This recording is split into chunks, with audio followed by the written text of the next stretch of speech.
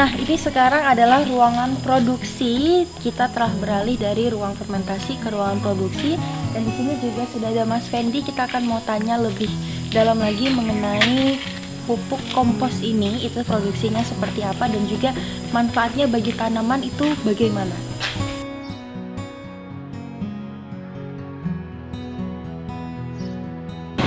Nah, ini warna hijau adalah alat dari pencacah pupuk kompos yang nantinya akan kita jadikan, kita masukkan ke dalam karung untuk diproduksi. Nah, sebelumnya kita akan melihat sama Mas Saudin ini seperti apa proses pencacahan dari pupuk kompos yang belum jadi ya, hampir jadi. Nanti kalau sudah selesai dimasukkan ke dalam mesin ini, itu baru jadi namanya pupuk kompos. Ini mesinnya dari Jawa, langsung dipesan.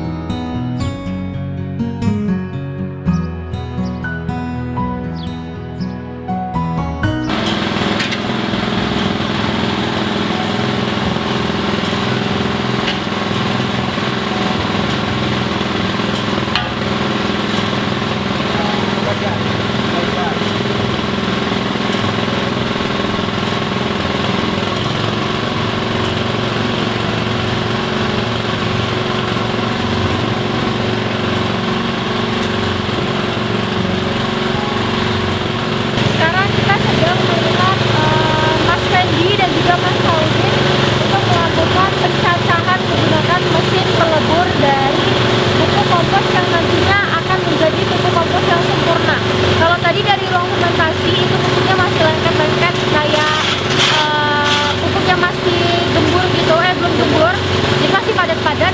Nah, untuk dicacahkan menjadi seperti tanah, kita menggunakan alat yang berwarna hijau ini. Prosesnya seperti itu.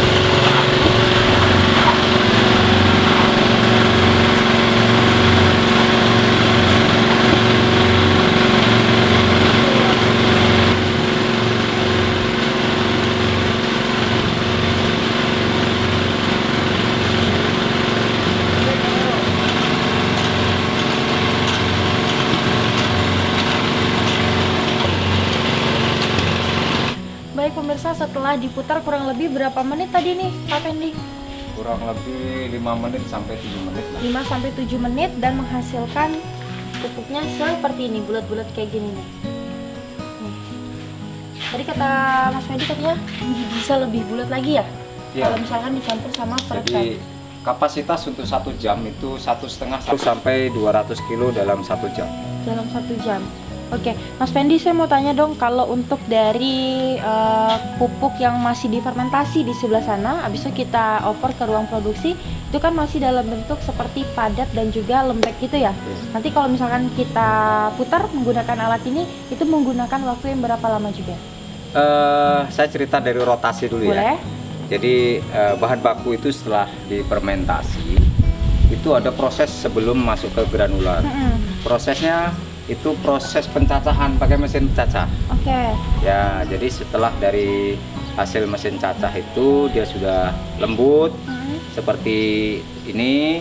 Nah, dari sini dari mesin cacah baru dia masuk ke sini. Sudah menjadi butiran begini, ada proses kembali yaitu proses open. Nah, jadi supaya ketika dia dikeringkan melalui open, ketika masuk dalam karung dia tidak pecah. Baik, itu kegunaan dan manfaatnya apa bagi tanaman? Ini pupuk ini sebenarnya manfaatnya itu kaya akan unsur hara. Pertama, sangat kaya akan proteinnya, sehingga membuat tanaman itu bisa bertahan lama. Tahan hijaunya itu akan lebih bertahan lama. Karena limbah sawit tersendiri itu tanpa perlakuan fermentasi pun dia sudah punya kandungan yang cukup bagus, kayak jangkosnya, tandan sawitnya, terus kayak solidnya itu sendiri kandungan mineralnya saja sudah sampai 87,5 57% kandungan mineralnya di dalam solid tersendiri. Nah, ketika kita olah seperti ini, maka akan lebih bagus. Pertama, pupuk ini bisa menanggulangi kekurangan pupuk-pupuk kimia dari masyarakat, kebutuhan masyarakat. Terus bisa menghemat biaya hingga sampai 50%. Luar biasa. Ya. Sangat kebutuhan masyarakat juga tidak Iya. Jadi kita mencoba berkolaborasi dengan pihak desa sehingga supaya ini bermanfaat. Limbah sawit dari perusahaan itu kan banyak-banyak dibuang sia-sia. Nah, kenapa tidak kita manfaatkan? Jadi dari masyarakat kembali ke masyarakat. Baik, jadi Limbah sawit. limbah sawit gitu. Karena kan biasanya pupuk kompos dari bahan organik lain bisa gitu. Jadi kalau kita lihat dari unsur kebutuhan tanaman, limbah sawit ini justru lebih tinggi nutrisinya dibanding kayak kotoran sapi, kotoran kambing. Ketika limbah sawit ini kita olah, maka dia akan lebih bagus daripada pupuk-pupuk kandang pada umumnya. Sebenarnya banyak orang yang belum tahu, tapi sebagian juga sudah pada tahu. Maka mereka itu memakai itu. Padahal lebih bagus kalau difermentasi. Iya, karena kalau belum difermentasi, dia masih banyak kandungan amoniaknya, masih banyak kandungan zat etanolnya. Nah, sehingga ketika tanaman-tanaman itu masih muda, itu masih rentan dengan kematian. Kalau tanaman sawit sudah tua di atas 5 sampai 15 tahun, dia ketahanan fisiknya kuat sehingga dia mampu untuk menahan kandungan-kandungan etanol. Nah, itu mampu. Tapi kalau untuk tanaman kecil bisa mati. Nah, tapi kalau melalui sebuah proses seperti ini, itu jauh dari kematian, justru akan membuat tanaman lebih subur Dan lebih kuat gitu. dan lebih kuat. Karena pupuk ini juga bisa membuat imun pada tanaman.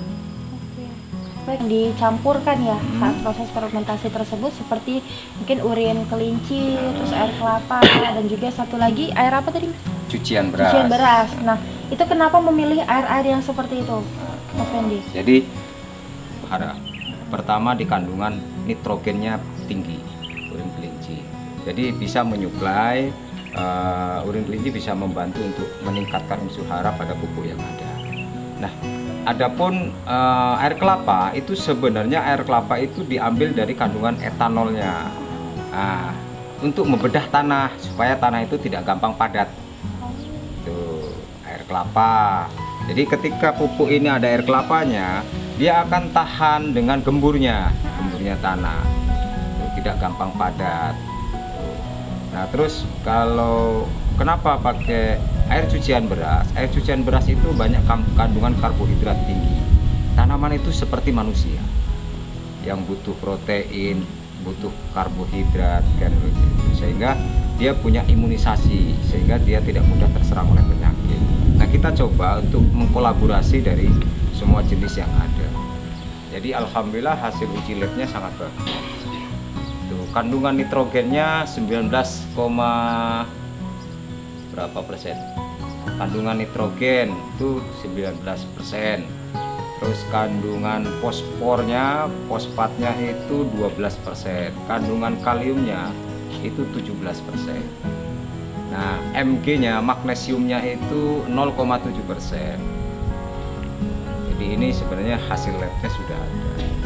Makanya kita berani mengambil langkah untuk berproduksi skala mikro karena memang ternyata hasil uji lapangan bagus. Sampai dengan detik ini alhamdulillah belum ada komplain dari pelaku-pelaku yang sudah pakai pupuk kita. Oke, sampailah jadi supaya dikemas seperti yang ada di dalam karung, itu prosesnya berapa lama, Mas Fendi? Yang lama itu adalah proses fermentasinya, Mbak. Proses fermentasi itu membutuhkan waktu 25 sampai 30 hari. Kalau proses untuk produksinya itu setiap hari, itu tadi satu hari itu bisa kapasitas 1 ton sampai 1,5 ton per hari hasil granular ya. Tuh. Kalau hanya serbuk seperti itu bisa sampai 2 sampai 3 ton per hari. Yang penting bahan baku yang untuk digiling itu ada. Nah, kita hanya terhambat lamanya itu di proses fermentasi. Makanya kita coba terus buat sampai itu yang tidak ada rumahnya itu untuk hasil fermentasi nanti cuman pakai terpal aja, supaya nanti kita bisa continue Berkelanjutan gitu ya Mas ya? Berkelanjutan. Jadi totalnya berapa nih Mas? Berapa lama kira-kira? Ada sampai 1,5 bulan nggak? itu Untuk proses pembuatannya sendiri. itu tadi 25 hari sampai 30 hari. Oke, kalau yang di depan itu kan dikeringin dulu katanya ya, bahan-bahan bakunya. Sebenarnya bukan dikeringkan, Tapi lebih ke itu di situ untuk penampungan. Jadi supaya di situ daya tampung kita ketika kita membutuhkan untuk masuk ke dalam fermentasi itu ada stoknya tinggal gitu masuk. ya. Nah, stoknya ada. Berarti totalan bisa 1 bulan untuk Iya. menghasilkan dari pupuk yang telah dibuat Iya. sama bahan-bahannya tadi. Nah, untuk selama ini respon masyarakat terhadap adanya pupuk kompos itu seperti apa? Pupuk kompos yang punyanya Mas Fendi dan juga. Responnya Pupuk sangat bagus. Bahkan kemarin saya bawa ini buatan saya dari sana, dari Bistrus. Nah, sementara warga di sini sekitar sini aja itu mereka sudah menunggu kapan kita produksi. Tuh. Nah, bahkan kita sebenarnya sudah ada pesanan setiap desa itu 10 ton. Ada 3 desa yang sudah order dengan kita itu 10 ton. Nah, ya, alhamdulillah respon masyarakat itu sangat positif, terlepas dari harga yang memang terjangkau oleh mereka. Yang kedua, mereka sudah mulai cerdas bahwa tanah kita ini sudah terkontaminasi dengan kimia, sehingga tanaman, bentuk apapun tanaman, mereka selalu terserang penyakit terus. Sehingga sekarang ini saya lihat juga kayaknya pemerintah sudah banyak yang mengarahkan go green, go organik. Ayo lari ke organik, benahi dulu tanahmu sehingga tanamanmu akan sehat. Baik, itu pupuk yang mempengaruhi dari tanaman-tanaman yang menggunakan pupuk ini Mas. Respon tanamannya itu seperti apa bagusnya? Dia tahan dengan hijaunya. Dia memang kalau organik itu ngangkatnya sedikit lama waktunya, tidak sama dengan kimia. Tapi hijaunya Tapi tahan hasilnya kimia itu sudah menguning, pupuk kita itu masih tahan hijau. Kalau kimia itu paling lama kan 3 bulan. Paling lama 3 bulan mereka kalau tidak dipupuk lagi sudah kuning daun. Sudah mulai kuning kecoklatan. Sudah mulai lama-lama kuning. kering. Bahkan ada yang 2 bulan aja sudah kuning.